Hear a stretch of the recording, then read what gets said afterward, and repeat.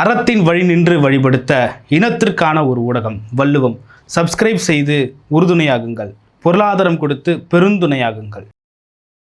வள்ளுவம் நேயர்களுக்கு வணக்கம். அரசியல் பேசு நிகழ்ச்சிக்கு உங்களை வரவேற்பதில் மகிழ்ச்சி. என்று நம்மோடு இணைந்திருக்கிறார் மூத்த பத்திரிகையாளர் திரு கோட்டீஸ்வரன் அவர்கள். சார் வணக்கம். சார் வணக்கம். நேயர்களுக்கு அன்பு வணக்கம். நல்லா இருக்கீங்களா சார்? நலமா இருக்கேன் சார். அதிமுகவோட உள்கட்சி பூசல் பெரிய அளவில் இருக்குது. அது மட்டும் இல்லாமல் அதிமுகவில் தலைமையே மாற்றணும்னு சொல்லி ஒரு பெரிய கோரிக்கை எழுந்துக்கிட்டு இருக்கு. அதனால விஜயபாஸ்கர்கள் வெளியே வராங்க, தாவேக்காவில் இணைகிறாங்க. இதுக்கும் தாவேக்காவுக்கும் என்ன தொடர்பு இருக்குது, இதுக்கும் குதிரை வீரத்துக்கும் என்ன தொடர்பு இருக்குன்னு நிர்மல்குமார் கேட்குறாரு. கரெக்ட். சொன்ன கேள்வி பதில் இருக்குல்ல, இது கடைசி காரணம். ஃபஸ்ட்டு காரணம், நீங்கள்லாம் அதிமுகவை பிளவுபடுறதுக்கு காரணமே 108 ஜெயிச்சது தான். நீங்கள் ஒரு 130 ஜெயிச்சுட்டு இருந்தீங்கன்னா இதை நீங்கள் பண்ண மாட்டீங்க. ஃபஸ்ட்டு உண்மை. ரெண்டாவது உண்மை, நீங்கள் 108 ஜெயிச்சதுனால திமுக கூட்டணியிலேருந்து ஒரு சிலரை எடுத்துகிட்டு வந்ததுனால திமுக அவங்கள பங்கமாக கலாச்சிட்டாங்க. என்ன சொல்லிட்டாங்க, நீ எல்லாம் சொந்தமாக ஜெயிக்கல ராஜா, என்னோட இரவல்ல என்னோட சக்தியில் என் கூட்டணியில் ஓட்டு வாங்கி திமுக காரனோட வேர்வையிலையும் உழைப்புலையும் ஜெயிச்சவங்க தான் இவங்கெல்லாம். இவங்களெல்லாம் ஜெயிக்கிறதுக்கு தான்ப்பா நீ சொல்லுப்பா 20 கோடி செலவு பண்ணார் அப்படின்னு வைகோ பேசுகிறார்ல, துரை வைகோ சவுண்ட் விட்டு. Please note this point. யார் விட்டு போனால் திமுக போனோம், யார் விட்டு உழைப்பு திமுக உழைப்பு. எந்த கட்சிக்காரன் கஷ்டப்பட்டா எவன் பூத்துக்கு போனால் திமுக காரன். கேட்குதாப்பா விஜய், யார் ஓட்டில் ஜெயிச்சிங்க? நீங்கள் தான் ஊழல் பண்ணி நீங்கள் தான். அப்போ லஞ்ச பணமோ வேர்வை பணமோ ஊழல் பணமோ ஏதோ ஒன்று, நல்லதோ கெட்டதோ மோசமோ நாசமோ மொத்தத்துக்கும் காரணம் திமுக. அந்த திமுகவோட அடிப்படையில் தான் அந்த வெற்றி. அந்த வெற்றியை எடுத்துகிட்டு போயிட்டு கூட சேர்த்துக்கிட்டு சேர்த்ததும் இல்லாமல் வெக்கமே இல்லாமல் இல்லை பெருமை வேறு. மக்கள் எங்கே கூடங்கிறாங்க, மக்கள் எங்கே கூட. சரி, மக்கள் இருக்கிறாங்கன்னா மக்களுக்கு 2500 போட வேண்டியதுதானே, மக்களுக்கு கரண்ட் கொடுக்க வேண்டியதுதானே, மக்களுக்கு வந்துட்டு விவசாய கடன் முழுசாக ரத்து பண்ண வேண்டியதானே, தாய்மாமனா இருந்து எல்லா குழந்தைக்கும் மொத்தமாக மோதிரம் போட்டு விட வேண்டியதானே. மக்களுக்கு என்ன பண்ணீங்க இந்த 60 நாளில்? நீங்கள் உங்களுக்கு தேவையான குதிரை பேர் அரசியல் தானே பண்ணிக்கிட்டு இருக்கிறீங்க. எங்கள் விவசாயிக்கு 134 கோடி எல்லாம் ஒரு ஒதுக்கீடா? ஓகே, அதை வச்சுக்கிட்டு எப்படி பத்தும் அது? ஷாராட்டோ ஓடுறவங்க ஓலா ஊபர்லாம் அமைச்சரை பார்க்கணும், எங்களுக்கு நிறைய பிரச்சனை இருக்குது, இதை சரி பண்ணி கொடுங்கன்னு கேட்குறாங்களே. என்ன சரி பண்ணி கொடுத்தீங்களா? டாஸ்மாகில் 10 ரூபா ஒழிச்சிட்டிங்களா? டாஸ்மாக் பார் நடக்குமா நடக்காதா இருக்கா இல்லையா தெரியாமல் இன்றைக்கி கூட காலைல பத்திரிகைகள் சரி பண்ணிட்டீங்களா? வேளாண் கூட்டுறவு ரத்து பண்ணுறேன்னு சொன்னீங்களே, பண்ணிட்டீங்களா? எதுவுமே அந்த சைடு பண்ணாமல் முழுக்க இதை வண்டியே முழு நேர அரசியலாக பண்ணிகிட்டு இருக்கிறாங்க. இன்றைக்கி என்ன நடக்குது? பூரா தாவேக்கு அமைச்சரும் எங்கே இருக்கிறாங்க? மகாபலிபுரத்தில் இருக்கிறீங்க. இப்போ நாட்டில் என்ன நடக்குது? மகாபலிபுரத்தில் இப்போ என்ன பண்ணுறீங்க? புதுக்கோட்டையில் இருக்கிறவங்க சேரணும் தான் எங்கே போய் சேரணும்? ஏன் நீங்களாம் போட்டு புதுக்கோட்டை போய் அங்கே சேரக்கூடாதா? அதெல்லாம் ஆனாமனா மகாபலிபுரத்துக்கு போகிறது காலேஜ் பசங்க மாதிரி. நீங்கள் பார்த்தீங்கன்னா காலேஜ் பசங்கள்லாம் மகாபலிபுரத்தில் தான் இருப்பாங்க, ஈசிஆர் ரோட்டில் தான் இருப்பாங்க. கிழக்கு கடற்கரை சாரி நீங்கள் உத்தண்டி தாண்டினா பாண்டிச்சேரி வரலாம் வைப்பு பண்ணிக்கின்னு பைக்கில் போய்க்கின்னு இதே மாதிரி பண்ணுகிறீங்க நீங்கள். ஏன் மகாபலிபுரத்தை விட்டால் மகாபலிபுரம் தான் தமிழ்நாட்டு அரசியலே மாற்றுதா? ரெசார்ட் அரசியல் தான். இறப்பு மகாபலிபுரம் வந்து, கட்சியில் சேர்ப்பது மகாபலிபுரம் வந்துருங்க. வேறு எதுனா பெரிய வீட்டு கல்யாணம் மகாபலிபுரம், கூட்டணி கட்சி அதுவும் மகாபலிபுரம். அப்போ எக்மோரு, மவுண்ட் ரோடு, அண்ணா சாலை, அதுக்கப்புறம் தேனாம்பேட்டை, அப்போ இதெல்லாம் அட்லீஸ்ட் குறைஞ்சபட்சம் பனையூர்லேயாச்சும் வைக்கலாம்ல, கட்சி தலைமை இருக்குல்ல. அதெல்லாம் மகாபலிபுரம் ஆனவுன்னா அப்போ அந்த பனையூரை என்ன தான் பண்ண போகிறீங்க? பனையூரில் கட்சி அலுவலகம் இருக்குல்ல, அது எதுக்கு? அது செல்ஃபி ரீல்ஸு போட்டு இல்லைனா யாருனா தனிப்பட்ட முறையில் வந்தாங்கன்னா கேட்டுக்கு முன்னாடி நிற்க வச்சு, இந்த கேட்டை திறந்தோன்னா திப்பின்னு நம்ம திருப்பதியில் கூண்டு திறந்தோன்னா ஓடுவாங்க பாருங்க, ரேணுகுண்டில் வாடா வெங்கட்ரமணா கோவிந்தா கோவிந்தான்னு கட்சியில் ஓடுவாங்க. அந்த மாதிரி ஆகிப்போச்சு பனையூர். ஒன்று அப்படி இல்லைனா மகாபலிபுரம். இது சூழல் சரியில்லை, அரசியல் ரொம்ப மோசமாக போகுது. இது குதிரை வேறு அரசியல் இல்லை. இதுக்கு யாருன்னா விளக்கம் கொடுக்குறாங்க, நல்ல ஒரு விளக்கம் கொடுக்குறாங்க, நல்லதோர் ஒரு அரசியல் விளக்கம் கொடுக்குறாங்கன்னா நான் அதை குதிரை பேர் அரசியலாக ஏற்றுக்குருவேன். ஏன்னா குதிரை பேர் அரசியல்னு ஒரு சாப்டர் நான் படிச்சிருக்கிறேன் வழக்கறிஞரா. குதிரை பேர் அரசியல்ன்றதை ஒரு பத்திரிகைக்காரனா நான் பார்த்துருக்கிறேன் வட இந்தியாவில். ஆனால் இது குதிரை பேர் அரசியல் இல்லைன்னு தாவேக்கா சொல்கிறாங்க, இது குதிரை வேக அரசியல்ன்றாங்க. அப்போ இது வேற யாருன்னா வெளியில இருந்து புரிகிற மாதிரி சொன்னாங்கன்னா நான் புரிஞ்சுக்குவேன். Okay sir. தாவேக்கா செய்வது குதிரை பேரம் என்றால் திமுக மதிமுக எம்எல்ஏக்கள் 2 பேரை அவங்க பக்கமே வச்சுக்கிட்டது அது என்ன ஒட்டக பேரமா அப்படின்ற ஒரு கேள்வி. சூப்பரான கேள்வி. இப்போ 4 பேர் எதிரில் ஒரு பொண்ணு இன்னொருத்தரை கல்யாணம் பண்ணிக்குது, பார்க்குறோம். இவரோட கல்யாணம் பண்ணுறாரு, எல்லாம் வாழ்த்துறாங்க, எல்லாம் பண்ணுறாங்க, முடிஞ்சு போயிட்டாங்க. 1 மாதம் கழிச்சு பார்த்தா இவர் வேற ஒருத்தரவங்களோட போகிறாங்க, அவங்க யாரோட போகிறாங்க. அது போய் கேட்க வேண்டாம், அது அவங்க தனிப்பட்ட வாழ்க்கை. கேட்கும்போது hello this is my personal life, why are you coming inside அப்படின்னா அது எப்படி புரிஞ்சுக்கிறது? சரி இதுதான் ஃபேஷன் போல, இதுதான் ட்ரெண்டு போலன்னு பார்த்துட்டு போயிடணும். மற்றபடி உதயசூரியனில் நின்னவன் ஜெயிச்சாலும் தோத்தாலும் உதயசூரியனில் இருக்கிறது தான் அவங்களோட மான மரியாதைக்கு அழகு. உங்கள் வசதிக்கு ஏற்ற மாதிரிலாம் வந்து உதயசூரியனில் ஜெயிச்சுட்டு வந்து விசிலுக்கு மாறுறது, ரெட்டலையில் ஜெயிச்சுட்டு விசிலுக்கு மாறுறதெல்லாம் அசிங்கம், அவமானம். வேணுன்றதுக்கோசரம் இப்படி பண்ணுறதும் இல்லாமல் இதை நியாயப்படுத்துறீங்க பார்த்தீங்களா? 2 பேர் வான்னு கூப்பிட்டா வந்துடணுமா? எது ஒரு 1.5 மாதத்துக்கு முன்னாடி வரலாம் அவங்க பிரச்சாரம் பண்ணி தெருவா போய் ஓட்டு கேட்டு ஜெயிப்பாங்க. அதுக்கு வந்து ஒருத்தர் நிறைய பேர் கஷ்டப்படுவான், பூத்து காசு பிரியாணி எல்லாம் வாங்கி கொடுத்து ஜனங்கிட்ட ஓட்டை கேட்டு எதையோ ஒன்று பண்ணிக்கின்னு ஜெயிச்சிட்டாங்க. நல்லதோ கெட்டதோ ஜனங்க ஓட்டு போட்டாங்க. உங்களுக்கு 30% எப்படி உங்களுக்கு ஒரு தொகுதியில் எப்படி ஓட்டு போட்டாங்களோ அந்த மாதிரி அந்த தொகுதியில் உதயசூரியனுக்கு ஓட்டு போட்டாங்க. உங்களோட கேவலத்துக்காக, உங்களோட அரிப்புக்காக, சுயநலத்துக்காக எதுக்கு அவங்க ராஜினாமா பண்ணிட்டு வரணும்? அவங்க வரலன்னு அது குதிரை பேர் அரசியல் இல்லை. சிறிய கட்சிகளை உதயசூரியன் சின்னத்தில் நிற்க வச்சதே அப்போ என்ன பண்ணணும்னா, டிடிவி தினகரன் டெல்டாவில் இருக்கிறார் போல. அவர் நான் நினைக்கிறேன் நிறைய அவருக்கு உப்பு சக்கரை செக் பண்ணணும். அவருக்கு நிறைய உப்பு போட்டு சாப்பிடுவார்னு நினைக்கிறேன்.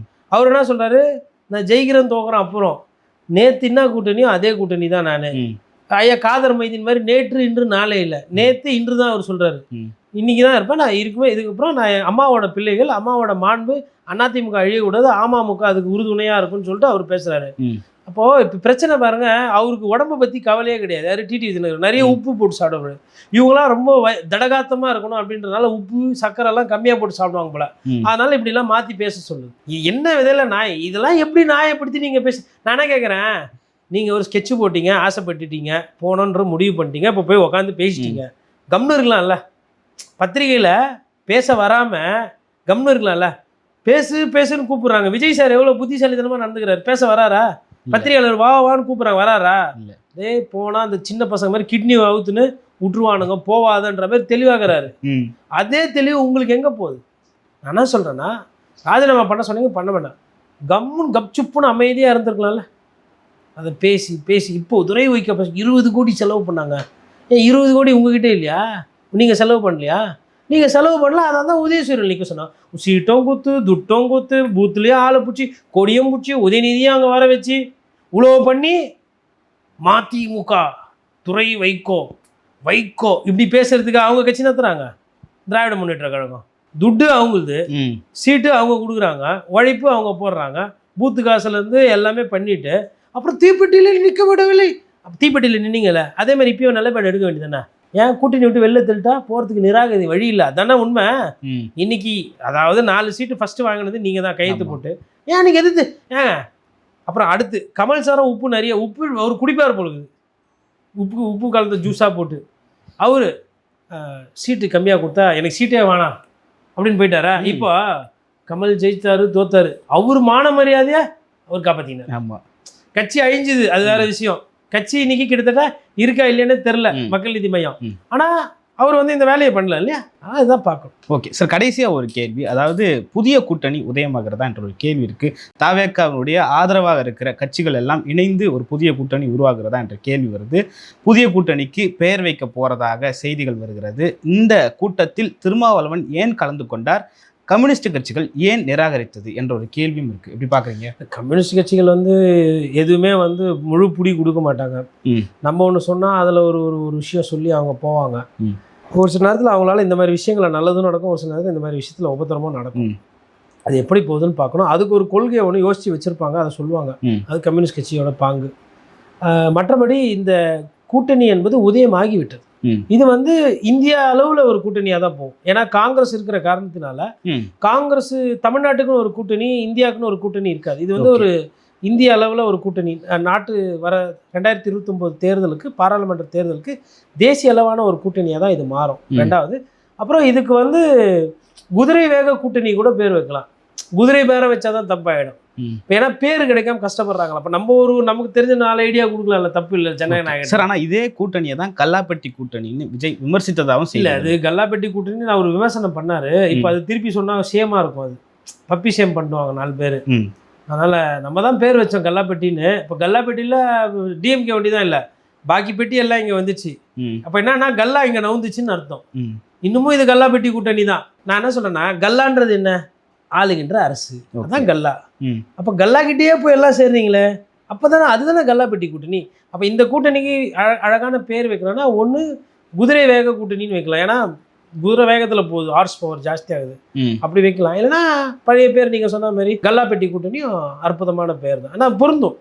கல்லான்றது ஆட்சி, ஆட்சி கூட யாரெல்லாம் சேர்றாங்களோ அவங்களாம் கல்லாப்பெட்டி கூட்டணின்னு வச்சுக்கலாம். எதுக்கு அப்பப்போ ஒரு தேர்தலுக்கும் பேரை மாற்றிக்கின்னு மத சார்பின்மை, மக்கள் நலன் கூட்டணி, அதுக்கப்புறமா வந்து என்னென்னமோ ஒரு பேர் சொல்கிறாங்க. அது தேர்தல் உடையுது. அப்புறம் இந்தியா கூட்டணின்னு வைக்கிறாங்க, அப்புறம் இந்தி கூட்டணின்றாங்க, அப்புறம் நேஷனல் டெமோக்ராட்டிக் அலையன்ஸ்ன்றாங்க, ப்ரோக்ரெசிவ் டெமோக்ராட்டி. இது கஷ்டம். தேர்தலில் ஜெயிச்சா கல்லாப்பெட்டி கூட்டணி, தேர்தலில் தோத்தா கல்லா தோத்த கூட்டணி. பிரச்சனையே கிடையாது. இப்போ நீ என்னப்பா கல்லாப்பெட்டி கூட்டணி, நீப்பா சார் அவர் கல்லா தோத்த கூட்டணி சார், அதனால் அவரோட பேச வேணாம் சார், நம்ம கல்லாப்பெட்டி கூட்டணி தான் நம்ம கரெக்டாக இருக்கும் அப்படின்னு 2 கூட்டணி வச்சுக்கோங்க. இது இன்னொன்று மொழியாக்கம் பண்ணலாம். ஹிந்தியில் மொழியாக்கம் பண்ணலாம், தெலுங்கில் மொழியாக்கம் பண்ணலாம். இப்போ நாளைக்கு தெலுங்கானாவில் போய் பிரச்சாரம் பண்ணனா கூட்டணிக்கு பேர் என்னன்னா கல்லாப்பெட்டி கூட்டணி அப்படின்ட்டா பிரச்சனை இருக்காது. ரூலிங் பார்ட்டி கோலிஷன் அண்டர்ஸ்டாண்ட் பண்ணி தோற்று போனால் தான் கல்லா இல்லாததுக்கு அதுக்கு என்னவோ அதுக்கு என்ன மலையாளத்துலேயோ தெலுங்குலையோ மொழியாக்கம் பண்ணி அந்த கல்லா அப்படின்ற வார்த்தையை மாற்றிட்டு கல்லா இல்லாத கூட்டணி அது மாதிரி ஏதோ ஒன்று வச்சுட்டு சரியாக போயிடும். சார், தமிழக வெற்றி கழகத்தினுடைய ஆட்சியை கவிழ்க்க பார்க்கிறது திமுக என்ற புகார் வந்திருக்கிறது. தாவேக்காவினுடைய ஒரு எம்எல்ஏ இளையராஜா அவர்களிடம் பேரம் பேசப்பட்டிருக்கிறதாக புகார் வந்திருக்கிறது. சபாநாயகர் நம்பிக்கையில்லா தீர்மானம் கொண்டு வரும்போது எங்களுக்கு ஆதரவாக செயல்பட வேண்டும் என்றும் சொல்லப்பட்டிருக்கிறது. ஒரு எம்எல்ஏவுக்கு 30 கோடியிலிருந்து 50 கோடி வரை பேரம் பேசப்பட்டதாக புகார் கொடுத்த அடிப்படையில் திருநாவுக்கரசு உட்பட 2 பேர் செந்தில் பாலாஜியினுடைய ஆதரவாளர்கள் கைது செய்யப்பட்டிருக்கிறார்கள். செந்தில் பாலாஜியும் அவருடைய தம்பி அசோக்குமார் அவர்களும் வலைவீசி காவல்துறை தேடிக்கொண்டிருக்கிறது. அதே நேரத்தில் திமுகவிலிருந்து RS பாரதி அவர்கள் ஆளுநரிடம் முதல்வர் குதிரை பேரம் செய்வதாக புகார் ஒன்றை கொடுத்திருக்கிறார். யார் குதிரை பேரம் செய்கிறார் என்ற ஒரு கேள்வி எழுகிறது. அதிமுகவினுடைய ஒரு பிரமுகரும் கைது செய்யப்பட்டிருக்கிறார். யார் வைக்கும் குற்றச்சாட்டு உள்நோக்கம், யார் வைக்கும் குற்றச்சாட்டில் உண்மை இருக்கிறது என்ற ஒரு கேள்வி எழுகிறது. எப்படி பார்க்குறீங்க? மொத்த அரசியலுமே வந்து குற்றச்சாட்டு வந்துட்டு ஒரு கட்சியாக சொன்னால் பரவாயில்ல. திமுகவும் குற்றச்சாட்டு வைக்குது, குதிரை பேர அரசியல் நடக்குதுன்னு. தாவேக்கா ஒத்துக்குது, ஆமாம் குதிரை பேர அரசியல் முயற்சி நடந்தது, எங்கள் எம்எல்ஏவே தூக்க பார்த்தாங்க, 30லேருந்து 50 கோடி வரலாம் பேசினாங்க. அப்போ திமுக சொல்கிற உண்மை, தாவேக்கா சொல்கிற உண்மை, அதிமுக சொல்கிற உண்மை, அமமுக சொல்கிற உண்மை, அப்புறம் வைகோ அவர்களே இதுக்கெல்லாம் வந்து எவிடன்ஸாக போட்டுடணும். ஏன்னா அவர் தான் சொன்னார், ஆமாம் முதலமைச்சர் வந்து 2 எம்எல்ஏ வந்து ராஜினாமா பண்ணிட்டு வாங்க, நானே பிரச்சாரம் பண்ணுறேன்னு சொல்லி சொன்னார். அதை எவிடன்ஸாக எடுத்தாலும் சரி, இல்லை நானா 2 எம்எல்ஏவை ராஜினாமா பண்ண சொன்னேன் அப்படின்னு அதுக்கு மறுநாள் சொன்னாருங்களா, அதை எவிடன்ஸ் எல்லாம் எடுத்தாலும் சரி. அது எதுக்கு நீங்களா எதுக்கு அப்படி ஒரு முயற்சி பண்ணீங்க, என்ன நடந்தது, எதுக்காக இப்படி ஒன்று அப்படின்னும் போது இந்த 5 பேருமே கூப்பிட்டு இதெல்லாம் பண்ணி கவர்னர் அவர்கள் இதை வந்து கண்டிப்பாக வந்து விசாரிக்கணும். பட்டு நான் கொஞ்ச நேரத்துக்கு முன்னாடி ஒரு கேள்விப்பட்ட செய்தி, இன்னும் தகவல் வரல ஃபுல்லாக முழுமையாக. கவர்னர் வந்து மதுரையில் வந்துட்டு ஏதோ ஆய்வு பண்ணுறாரு. மதுரையில் வந்து காவல்துறை ஒழுங்காக செயல்படுதா, சட்டம் ஒழுங்கு சரியாக இருக்கா, அப்புறம் மக்களுக்கெல்லாம் என்ன இருக்குன்ற மாதிரி ஆய்வு பண்ண மாதிரி. இவர் எதை பண்ணணுமோ அதை பண்ணாமல் கவர்னருன்றவர் எப்பயுமே இந்த ஆய்வு பண்ணால் அதெல்லாம் பண்ணக்கூடாது, அதுக்கு மக்களால் தேர்ந்தெடுக்கப்பட்ட பிரதிநிதி இருக்கிறாங்கன்றதான் நம்மளோட பத்திரிகையாளரோட பார்வை. அது நான் அதில் வந்து எப்பயுமே தெளிவாக சொல்லிட்டு ஓகே. அவர் ஆனால் அதை பண்ணிட்டு இருக்கிறாரு. எதை பண்ணணும், குதிரை பேர அரசியல் இருக்குதா இல்லையானா அதை வந்து கண்டுக்காமல் இருக்கிறார். அப்போ எதை செய்யணுமோ அதை செய்யாமல், எதை செய்யக்கூடாதோ அதை செஞ்சுக்கிட்டு இருக்காரு. ஸோ அப்போ மொத்த அரசியலை பார்க்கும்போது எனக்கு வந்து இது வந்து ஒன்றும் ஒரு மாண்பான அரசியல் இங்கே நடக்கிற மாதிரி தெரியல. என்ன இந்த எல்லா கட்சிகளும் சேர்ந்து ஒரு கண்டுபிடிப்பு படிச்சிருக்கிறாங்க. என்னன்னா 30 கோடியிலேருந்து 50 கோடிக்கு ஒரு எம்எல்ஏக்கு கொடுக்கலாம். இப்போ போயஸ் கார்டனில் ஒரு கிரவுண்டு வேலை என்னப்பா அப்படின்னா ஒரு வேலை இருக்கும். அண்ணா நகரில் ஒரு வீட்டில் ஒரு தெருவில் ஒரு வீடு என்ன வேலை, ஒரு கிரவுண்ட்னா வேலை இருக்கும். இப்போ இந்த சைடு வந்து உங்களுக்கு வந்து புளியாந்தோப்பில் ஒரு கிரவுண்ட் என்ன வேலை போகுதுன்னா அதுக்கு ஒரு வேலை இருக்கும். அந்த மாதிரி இவங்க எல்லாம் சிறப்பாக செயல்பட்டு விஜய் சார் ஆட்சிக்கு வந்தோன்னு இவ்வளோ நாள் தமிழ்நாட்டு மக்களுக்கு தெரியாமல் இருந்தது ஒரு எம்எல்ஏ எவ்வளோ வேலைன்னு. குத்து மதிப்பாக அடிச்சு விட வேண்டியதுதான். ஆனால் இப்போ இந்த பெரிய பெரிய ஆளுமைகள்லாம் சேர்ந்து இந்த ஆளுமைகள்லாம் உட்காந்து ஓகே தமிழகத்தில் ஒரு எம்எல்ஏக்கு 30 கோடியிலேருந்து 50 கோடி வரலாம் விளையாம்பா அப்படின்னு இப்போ இன்றைக்கி கண்டுபிடிச்சிருக்கிறாங்க. ஒவ்வொருத்தரும் வாஸ்கோட காமா கொலம்பஸ் மாதிரி எனக்கு கண்ணுக்கு தெரியுறாங்க. வாழ்க ஜனநாயகம் ரொம்ப சிறப்பான அரசியல். வெள்ளைக்காரங்க வெளியூர்காரங்களாம் நம்மளை பார்க்கும்போது ரொம்ப பெருமையாக நினைப்பாங்க. அதாவது பேசுகிறதெல்லாம் பார்த்தா நாங்கள் வந்து அண்ணா வழி, அம்பேத்கர் வழி, பெரியார் வழி பொய் பேசுறது. ஆனால் பண்ணுறது பார்த்தா இவ்வளவு மோசமான அரசியல். 15 எம்எல்ஏ கிட்டத்தட்ட பேசியிருக்கிறாங்கன்றாங்க. அந்த 3 பேர் கைது செஞ்சவங்களாம் பார்த்தா 300 கோடி வச்சு வியாபாரம் பண்ண சொல்கிறவங்க அரசியல்வாதி மாதிரியே தெரியுது. இப்போ ஒருத்தரை பார்க்குறோம், பார்த்தோன்னா இந்த தம்பி போகிறாப்புலையா, இவருக்கு தெரியும்ல வால்பாறையில் ஒரு சிறுத்தை கூண்டு வச்சு தனியாக நைட்டெல்லாம் பார்த்துட்டு க்ளோஸ் கிட்ட வந்துடுச்சு. அப்போ அந்த கூண்டு மூடலைன்னா சிறுத்தை அடிச்சுட்டு இருக்கோம், இவர் தான் மேலே நின்று இந்த தூக்கி விட்டு க்ளோஸ் பண்ணது அப்படின்ன மாதிரி. அப்போ அவர் ஆளை பார்த்தா நீங்கள் நம்புற மாதிரி இருக்கணும். ஓகே. ஆனால் உங்கள் சூழ்நிலை நீங்கள் அன்றைக்கி அவர் சொல்கிறத நீங்கள் நம்பலைன்னா அன்றைக்கி நைட்டு சாப்பாடு கிடைக்காது உங்களுக்கு. அதனால் நீங்கள் என்ன பண்ணுவீங்க, ஆமாம்மா இவர் வந்து சிறுத்தையை கூண்டு வச்சு பிடிப்பார், இவங்க பாட்டி புளியிலேயே முரத்தையே அடித்து தெத்திருக்கிறாங்க. அதாவது புலி வந்தப்போ முரத்தில் வெறும் முரத்தில் தொடப்பக்கட்டையிலலாம் புளியை தெருத்துனவங்க, அவங்க வம்சமே பெரிய வம்சம்னும் போது இப்போ மறுநாள்களில் சாப்பாடு கிடைக்கணும். சரி, அதுவும் தேவை. அதனால் அந்த கதையும் ஏற்றுக்கிற வேண்டியது. அதனால் ஒரு சிறந்த ஒரு ஒரு ஒரு இது போயிட்டுருக்குது சார். ஆனால் செந்தில் பாலாஜி ஆதரவாளர்கள்னதும் அதை ஏற்றுக்கக்கூடிய வகையில் அரசியல் சூழல் இருக்கிறத பார்க்குறோம். அதாவது செந்தில் பாலாஜி எப்படின்னா, எந்த ஒரு கேஸ் இருந்தாலும் யாருன்னா செந்தில் பாலாஜி கரெக்டாக இருப்பாப்புலண்ணே. ஏன்னா 500 கோடி ஊழல்ண்ணே, செந்தில் பாலாஜி கரெக்டாக இருப்பார். பாட்டிலுக்கு 10 ரூபா, தமிழ்நாடு பூரா 10 ரூபானா கரூர் டீம்னு செந்தில் பாலாஜி. ஏன்னா நம்ம ஹிஸ்ட்ரியே அப்படி. அவங்களும் வந்து இல்லாதப்பட்டவங்களும் வந்து எங்கேயோ போயிட்டு ஒரு ஒரு பார்சாதி கோயிலில் சுண்டல் விற்கிற கூட்டின்னு வந்து நீங்கள் இந்த கேஸை ஏற்றுக்கங்க 300 கோடி ரூபாய்க்கு உங்களுக்கு தொடர்புக்கு பண்ண முடியாது இல்லையா. அதுக்கேற்ற தோரணை, அதுக்கேற்ற அதாவது ஒழுங்காக கரூர்லேயே இருந்துட்டு இருந்தால் பிரச்சனை கிடையாது. நான் கோயம்புத்தூர் அரசியல் பண்ணுறேன், அந்த விஷயம் இதெல்லாம் இலவச இணைப்பு. இதை பார்த்து நம்ம வந்து இது ஆமான்னு சொல்ல முடியாது, இது இல்லைன்னு சொல்ல முடியாது, இதை ஏற்றுக்கவும் முடியாது, இதை நிராகரிக்கவும் முடியாது. இது சூழ்நிலை இப்படி. ஏன்னா அவர் வாங்கின அந்த வரம் அப்படி. யார்? ஐயா செந்தில் பாலாஜி. 5 கட்சி போகும்போது 5 கட்சியிலே மாசாக இருக்கும்போது இதுவும் தானே வரும். ஒன்று இப்போது இதில் என்ன பிரச்சனைனா, இந்த சைடு வர்றதெல்லாம் ஐயோ அப்பா குதிரை வேற அரசியல், திமுக ஒழிக அப்படி இப்படின்னு போடுறீங்க. உண்மையிலே அங்கே செந்தில் பாலாஜியை விட பயங்கரமாகவோ இல்லை ஆயா ஆதவர்ஜனை விட பயங்கரமாக அங்கே செயல்பாடு நடந்துக்கிட்டு இருக்குது. எங்கள் அதிமுக கட்சியில் எம்எல்ஏக்கள் வந்து எவ்வளோ நாள் இருப்பாங்க, எத்தனை நாள் இருப்பாங்க, நாளைக்கு இருப்பாங்களா நாளைக்கு இருப்பாங்களா தெரில. ஏன் போகிறாங்க? அவங்களாம் ஆசைப்பட்டு போகிறாங்க. எதுனால ஆசைப்பட்டு போகிறாங்க அது அவங்களுக்கு தான் தெரியும். இல்லைங்க இந்த குதிரை பேரை சொன்னால் இல்லைங்க, அவங்க அன்பாக போகிறாங்க. அவங்க வந்து ஒரு மக்களுக்கு சேவை செய்யணும்னு ஒரு உயிரை நோக்கத்தில் அன்பாக போகிறாங்க. இப்போ ஊழல் அதுவுமே வந்து அவங்க மக்களுக்கு தான் செய்கிறாங்க. அவங்க மக்களுக்குன்னா இல்லைங்க, குடும்பத்தில் இருக்கவங்களும் மக்கள் தானே. அந்த மாதிரி அதாவது சுருக்கமாக சொன்னால் இது வந்து முழு சந்தர்ப்பவாத அரசியல். இதுக்கும் தாவேக தலைவர் விஜய்க்கும் எந்த சம்பந்தமும் இல்லை. நம்ம நம்பணும். நான் நம்புகிறேன், நீங்களும் நம்பிடுங்க, நம்ம நேயர்களும் நம்பட்டும். Okay sir. இதனால் வரை தாவேக மீது வைக்கப்பட்ட அந்த விமர்சனம் திமுக மீதும் அதிமுக மீதும் வைக்கப்பட்டிருக்கிறது என்றால் என்ன நடக்குதுன்ற ஒரு கேள்வி இருக்குது. 89 சீட்டு வச்சுருந்த போதும் கலைஞர் அவர்கள் இந்த கேவலத்தை செய்யலை. ஓகே. குதிரை வேற அரசியல் என்ற இந்த கேவலத்தை செய்யலை. அம்மையார் ஜெயலலிதா வந்து டிஎம்டிகேலேருந்து வந்து எம்எல்ஏக்கள் சேர்றாங்க. அன்றைக்கி வந்து அவங்களுக்கு சிங்கிள் மெஜாரிட்டிக்கு பிரச்சனையோ இல்லை அரசு வந்து மைனாரிட்டி அரசோ கிடையாது. இது வெறும் யாருமே நடக்காத ஒரு கேவலமான அரசியல் தான் இந்த குதிரை பேர் அரசியல் இப்போ தமிழ்நாட்டில் நடந்துக்கிட்டு இருக்கு. இப்போ எல்லாம் கேட்பாங்க, என்ன முகாந்தரத்தை நீங்கள் சொல்கிறீங்கன்னா தேர்தலுக்கு முன்னாடி கேவலமாக பேசிட்டு ஒரு கட்சியை, தேர்தலுக்கு முன்னாடி ஒரு கட்சியை கேவலமாக சொல்லிட்டு மாண்பு இல்லாமல் பேசிட்டு தரக்குறைவாக ஒரு தலைவரை பேசிட்டு அதுக்கப்புறம் நட்பு பாராட்டுறீங்கள, இதுதான் என்னன்னு கேட்குறோம் நம்ம. சரி, கவர்னர் வந்துடுவார், இந்த கவர்னர் பூந்துட போகிறாரு, இல்லை இந்த ஜனாதிபதி இங்கே பண்ணிட போகிறார், பிஜேபி வந்துடும் ஆண்டுடும் இப்படின்னு சொல்லி உருட்டெல்லாம் சொல்லி பண்ணிட்டீங்க.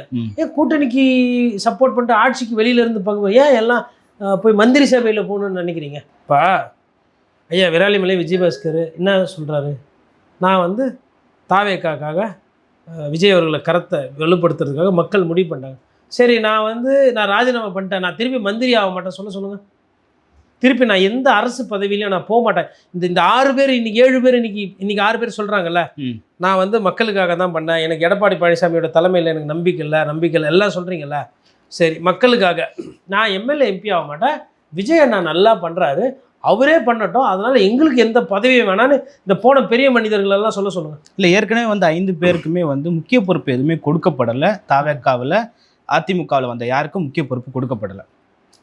விஜய் சாரை நம்பி நட்டாத்தில் நிற்க போகிறாங்க. நடக்கும், கண்டிப்பாக நடக்கும்.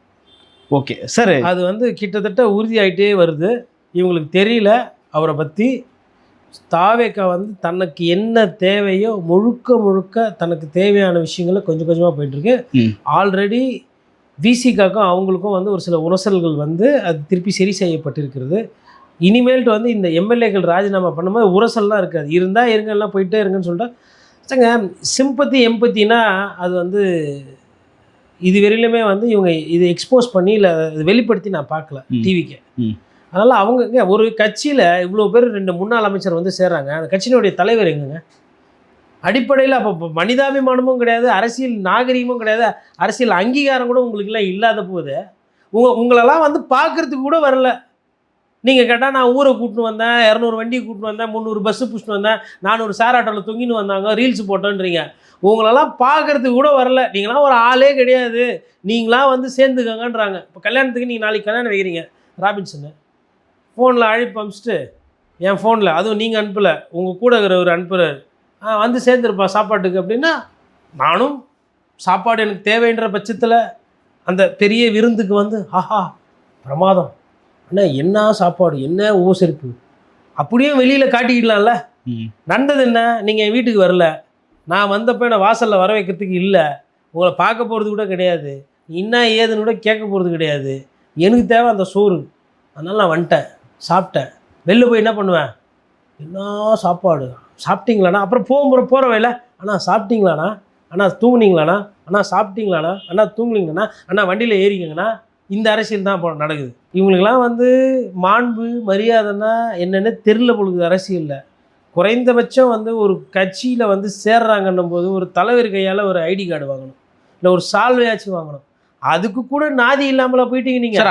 மப்ளர் எடுத்து நீங்களே போட்டுக்கன்றீங்க, மப்ளர் எடுத்து நீங்களே மாட்டிக்கன்றீங்க, நீ ஏன் பேட்ச் எடுத்து குச்சிக்கிற, நீ ஏன் டிக்டாக் பாட்டு போடுற, நீ ஏன் வந்து வைப்பு பண்ணிக்கிற, நீ ஏன் டான்ஸ் ஆடுற, என்ன அரசியல் கூத்து இது? இதெல்லாம் யார் கேட்குறது? எனக்கு கருப்பையாக நினச்சா தான் பயமாக இருக்குது. ஏன்னா மாண்பா அரசியல் இருக்குன்னு எதிர்பார்ப்பாரு. தமிழில் இந்த மாதிரி வார்த்தைகள்லாம் இவங்களை தேடி திட்டுறதுக்கெல்லாம் அவருக்கு கிடைக்காது. என்ன பேச போகிறதுன்னு தெரியல. என்ன மானங்கெட்ட அரசியல் நடக்குது நாட்டில், ஒரு ஆண்மகன் இல்லையா அப்படின்ற ரேஞ்சுக்கு அவர் யோசிச்சுட்டு இருப்பார். எப்படி இவங்களுக்கெல்லாம் வந்து இது பண்ணுறது நல்லா தெரியுது. இதில் வந்து நீங்கள் வந்து டெல்டாவில் என்ன நடக்குது பாருங்க, என்ன நடக்கும் டெல்டாவில், இல்லை என்ன நடக்கும் டெல்டாவில் சார்? பிரம்மாண்டமாக அணைஞ்சிருக்காங்க சார், அத்தனை பேர் வந்து. அதான் சொன்னேன்ல, கல்யாண வீட்டுக்கு போய் சாப்பாடு வேணும், எனக்கு பசி, எனக்கு கூப்பிடல, அங்கே கல்யாணம் நடக்குது தெரியும், இப்படி திரும்பி பார்த்தா சோறு இல்லை இங்கே, நான் என்ன பண்ணுவேன், திப்பின்னு வேலையை சொல்லிய மாட்டிக்கினேன் போயிட்டு, எந்த வீடு தெரியாது, பொண்ணு வீடா மாப்பிள்ளை வீடா தெரியாது, போய் உட்காந்து பந்தியில் சாப்பிட்டு என்ன உபசரிப்பு, பெரிய வீட்டு கல்யாணம் தான். இந்த பெருமை பேசுறதெல்லாம் நம்ம நிறைய படத்தில் பார்த்துருப்போம்ல. அதுதான் இதெல்லாம் என்ன மாண்பெல்லாம் இருக்கிற மாதிரி தெரியல. ஒரு முன்னாள் அமைச்சர் போய் சேர்றீங்க, உங்களெல்லாம் வர வைக்கிறதுக்கு இந்நாள் முதலமைச்சர் அங்கே இல்லை. கேட்டால் இப்போ சொல்லுவாங்க, இதனால் உங்களுக்கு என்ன, எனக்கு ஒன்றும் கிடையாது, நம்ம போய் பனையூர் கேட்டில் போய் நிற்க போகிறது கிடையாது. ஒரு அரசியலில் கௌரவமாக பண்ணணும். அரசியல் பின்னாடி காசு பண்ண வண்டியில் கௌரவம் அதில் நிறைய அடங்கியிருக்கு. கௌரவம், தன்மானம், சுயமரியாதை. இன்னொருத்தர் சொல்கிறார் 9 வருஷமாக சுயமரியாதையே இல்லாமல் இருந்தாரா. 9 வருஷமாலாம் சுயமரியாதை, அதனால் மனித பிறவியே அல்ல. என்ன இப்போ உயர்திணை அக்ரிணை பிரிச்சுருக்கிறாங்க. ஆடு மாடு கோழி 2 அறிவு 3 அறிவு 5 அறிவு 1 அறிவு 6 அறிவு மனிதன். 6 அறிவு மனிதனுக்கும் மற்றதுக்கும் என்ன வித்தியாசம்? சூடு சொரணை மானம் ரோசம். இதுதான் எங்கள் ஐயா நித்யானந்தன் ரொம்ப அழகாக சொல்லுவார். நோ சூடு நோ சொரணை நோ மானம் நோ இனம். இந்த லிஸ்ட்டில் புதுசாக சுயமரியாதையும் சேர்த்துக்கலாம் எடுத்துகிட்டு போயிட்டு. சுயமரியாதைலாம் இல்லாமல் தான் இருந்தன்ற மாதிரி. அப்போ அது ஒரு பெரிய ஒரு மனநிலையில் இருக்கிறாங்க இவங்க. நேற்று என்னடா இப்படி பேசணுமே, 24 மணி நேரத்தில் நம்ம மாற்றி பேசுகிறோமே, நம்மளை ஜனங்க எவ்வளோ கேவலமாக நினைப்பாங்க, மட்டமாக இடம் போட்டுருவாங்களே, அதை பற்றி கவலை கிடையாது. இதுதான் உண்மை, இதுதான் நிஜம், இதுக்காக தான் இதை பண்ணுறோம் அப்படின்னு சத்தமாக பேசிட்டா அது உண்மையாயிடும். அந்த போக்கில் அரசியல் போயிட்டுருக்கு. சார், மதிமுக பொதுச் செயலர் வைகோவோட ஸ்டேட்மெண்ட்டை வச்சு இது குதிரை பேரம் தான் நம்ம முடிவுக்கு வந்துடலாமா சார்? ஏன்னா பிரவீன் சக்கரவர்த்தி இன்னைக்கு சொல்கிறாரு, விருப்பப்பட்டு வரவர்களை குதிரை பேரம் என்று எப்படி சொல்லுவீங்க, அது குதிரை பேரமே ஆகாது அப்படின்னு சொல்றாரு. எது குதிரை பேரம் என்ற வரையறையே தேவைப்படுகிறதா தமிழ்நாட்டுக்கு என்ற ஒரு கேள்வி. சரி, இதே கேள்வியை வந்து பிஜேபி மேலே வச்சிங்க. அப்போது பத்திரிகையாளர்கள் போன்றவர்கள்லாம் சொன்னோம், பிஜேபி வாஷிங் மிஷின் குதிரை பேர அரசியல் தான் பண்ணுது. அவங்க மகாராஷ்டிரத்தில் பண்ணது குதிரை பேர அரசியல், கர்நாடகத்தில் குதிரை பேர அரசியல் பண்ணாங்க, மத்திய பிரதேசில் ராஜினாமா பண்ணிவிட்டு திருப்பி பண்ணது, இது குதிரை பேர அரசியல் தான் நாங்கள் பேசிக்கிட்டு இருந்தோம். அன்றைக்கெல்லாம் நான் வாயில் லால் பகடா பழம் வச்சு மென்னுன்னு இருந்தீங்களா? அப்போ அன்றைக்கெல்லாம் பத்திரிகையாளர் பேசுனது இனிச்சது இல்லை. இது குதிரை பேர அரசியல்னா வேறு எது குதிரை பேர? அப்போ குதிரை பேர அரசியலுக்கு யாருன்னா எடுத்துக்காட்டு சொல்லுங்கள். குதிரை பேர அரசியலுக்கு எடுத்துக்காட்டு சொல்லுங்கள். 1967 இந்த பிரச்சனை இருக்குது, இந்திய திருநாட்டில் இருக்குதுன்னு நீதி அரசர்களுக்கெல்லாம் தெரிஞ்சிருக்கு. ஒருவேளை கோர்ட்டு சொன்னால் தான் ஒத்துக்குவீங்களா? கோர்ட்டு தான் தூங்கின்னு இருக்கப்பா. பெஞ்சு உங்களுக்கு டைம் கொடுத்து 2 வீக்ஸ் 4 வீக்ஸ் 1 மந்த் கழிச்சு 2 மந்த்ஸ் கழிச்சு நீங்கள் பதில் சொல்லு, நீ பதில். அதுக்குள்ளே முடிஞ்சிடும் போலுக்குதே. அதிமுகன்ற ஒரு கட்சியே இருக்காது. நான் என்ன பண்ணுறேன்னா, நீதிமன்றத்தில் இருக்கிறவங்கலாம் கொஞ்சம் அரிசி வச்சுக்கோங்க, இங்கே இருக்கிற கட்சிகளுக்கெல்லாம் கொஞ்சம் அப்படி அப்படியே வாய்க்கு அரிசி போட்டிங்கன்னா முடிச்சு விட்டுடலாம். இப்போ விஜய் சார் முதலமைச்சர் அதான் ஆசைப்படுறாரு, ஜனாதிபதி, துணை ஜனாதிபதி. நான் என்ன கேட்குறேன், இவங்கெல்லாம் எதுக்கு ஓட்டு போடணும்? எதுக்கு இவங்கெல்லாம் இருந்து என்ன புண்ணியம்? நாட்டில் ஒரு லாட்ரி சீட்டு விற்கிற ஒரு நிறுவனத்தில் இருந்து மூலயமா வந்து ஒருத்தர் அமைச்சர் ஆகிறாரு. அவர் சகலத்தையும் ஆட்டி படிக்கிறாரு. யார் என்னன்றது நான் என்ன சொல்கிறேன்னா, செந்தில் பாலாஜி தப்பு பண்ணியிருக்கிறாரு, விசாரிங்க, கோர்ட்டு முன்னாடி நிறுத்துங்கலாம், ரைட்டு. ஓகே, இங்கே இதெல்லாம் நடந்துகிட்டு இருக்க காவல்துறையாக இதை வந்து வழக்கு பதிவு பண்ணாது. ஏன் பதிவு பண்ணாது? ஏன்னா விஜய் சாருக்காக நடக்கிற விஷயம், இது தாவேக்காக நடக்கிற விஷயம். அப்படி இதெல்லாம் தாவேக்காக இந்த குதிரை பேர் அரசியல் நடக்கும்பொழுது மாநில காவல்துறை அது வழக்கு பதிவு பண்ணாது. ஓகே, ரைட்டுங்களா? அதிகபட்சம் என்ன வழக்கு பதிவு பண்ணுவாங்க? இதை பற்றி யாருன்னா பேசினா அவர்கள் மீது வழக்கு பதிவு பண்ணும். அவ்வளோதான் அவங்களால முடியும். அதுதான் அவங்களோட ஆசை. முதலமைச்சருக்கு வசதியாக என்ன பண்ணணுமோ அதை தான் பண்ணணும். நாட்டில் ஜனநாயகப்படி கேள்வி கேட்கலாமா, பத்திரிகை சுதந்திரமா, கோர்ட்டுக்கு எடுத்துன்னு போய் நிறுத்தணுமே, அதெல்லாம் கிடையாது. அதனால் இதெல்லாம் பண்ண போகிறதே கிடையாது. இதில் வந்து இந்த கவர்னரு, ஜனாதிபதி, கோர்ட்டு இதெல்லாம் வந்து வேடிக்கை பார்க்க தேர்தல் ஆணையம். தாவேக்காக்கு இதில் என்ன லாபம்னு கேட்குறாங்க. குதிரை பேரும் லாபமும் தாவேக்காக்கு தான். இப்போ தேர்தல், இடைத்தேர்தல் நடக்கல, ஓகே, எதுவுமே நடக்கலைன்னா நம்பர் ஆஃப் வேகன்சிஸ் என்ன? ஏற்கனவே 144 ஆதரவோடு அவங்க இருக்காங்க அப்படின்னு சொல்கிறாங்க சார். 147 ஒவ்வொரு வாட்டியும் வரணும் ஓட்டு போடும்போது. இப்போ அடுத்த 6 மாதத்துக்கு வந்து செக் பண்ண மாட்டாங்க. 6 மாதம் கழிச்சு திருப்பி நம்பிக்கையில்லா தீர்மானம் வாக்கெடுப்பு நடத்துகிறாங்கன்னா, அன்றைக்கி தேர்தலே நடத்தல, கோர்ட்டில் கேஸ் நடக்குது, 6 பேர் ராஜினாமா பண்ணது ராஜினாமா வேக்கண்ட்டுன்னு வச்சுக்கோங்களேன். 236ல் 6 கிடையாது, ஒன்று திருச்சி கிழக்கு ஒண்டி ராஜினாமா, இது 7 இல்லை 6 இந்த அது விட்டுருங்க, இதுக்கு ஒண்டி கேஸ் வராது திருச்சி கிழக்கு. ஏன் திருச்சி கிழக்குக்கு நான் என்ன கேட்குறேன்னா, மிச்ச ராஜினாமாக்கெல்லாம் கோர்ட்டுக்கு போகிறாங்கல்ல, திருச்சி கிழக்கு ஏன் யாருமே கோர்ட்டுக்கு போகல? ஏன் போகல சார்? 2 தொகுதியில் ஜெயிக்கிறாரு, ஒரு தொகுதியை ரிசைன் பண்ணி ஆகணுன்றது சட்டமாக இருக்குது. இது சட்டத்துப்படி நடக்குது, இயற்கையாக நடக்குது. அது செயற்கையாக சட்டத்துக்கு புறம்பாக நடக்குது, அவ்வளோதான் வித்தியாசம். கோர்ட்டில் போய் திருச்சி கிழக்கு தேர்தல் நடத்தக்கூடாதுன்னு நான் இப்போ போய் நாளைக்கு நான் ஒரு வழக்கறிஞராக நான் பதிவு பண்ணுறேன்னா பெட்டிஷன் டிஸ்மிஸ். ஆனால் அந்த கேஸில் முகாந்திரம் இருக்கிறதுனால தான் கோர்ட்டு கேட்டுட்ருக்கு. ஆனால் என்ன பிரச்சனைனா, டீ டிஃபன்லாம் சாப்பிட்டு கேஸை முடிகிற வேலைக்கு 5 வருஷம் முடிஞ்சிடும் போடுது. போகிற போக்கு அப்படி இருக்குது. அந்த சூழ்நிலையில் ஜஸ்டிஸ் டிலேட் இஸ் ஜஸ்டிஸ் டினைடோ, இல்லை justice denied is already delayed justice, அது இப்படி வேணால் வச்சுக்கோங்க. இது காலதாமதம் ஆக ஆக ஆக ஆக இன்னும் 2 எம்எல்ஏவாக ராஜினாமா பண்ணிட்டு வர வர 236 தொகுதின்னு இருக்குது, 234 தொகுதின்னு இருக்குது இல்லைங்களா நமக்கு, அந்த 117 118 மார்க் அதுவே வந்து இருக்காது. அப்போ என்ன ஆகுனா 230 வரும், அப்போ 115 இருந்தால் போதும், அப்புறம் 228 வரும், அப்போ 113 இருந்தால் போதும். அப்படியே குறைச்சிக்கினே போயிட்டீங்கன்னா 107 தாவேகாவோட நம்பர் 107க்கு எவ்வளோ இருக்கலாம்? ஒரு 224 இருக்கலாம், இல்லை ஒரு 220 இருக்கலாம். அப்போ அது பேலன்ஸ் பண்ணிக்கும். அது வரையிலும் இன்றைக்கி ராஜினாமா பண்ணுவாங்க, ஒரு 4 சனிக்கிழமை கட்சி திருப்பி ராஜினாமா பண்ணுவாங்க. ஒவ்வொரு சனிக்கிழமையும் ஒவ்வொரு விஷயங்கள் நடக்கும். ஓகே, பல்வேறு கருத்துக்கள் பகிர்ந்து கொண்டீங்க. மற்றும் ஒரு கான் சந்திப்போம். நன்றி சார். நன்றி.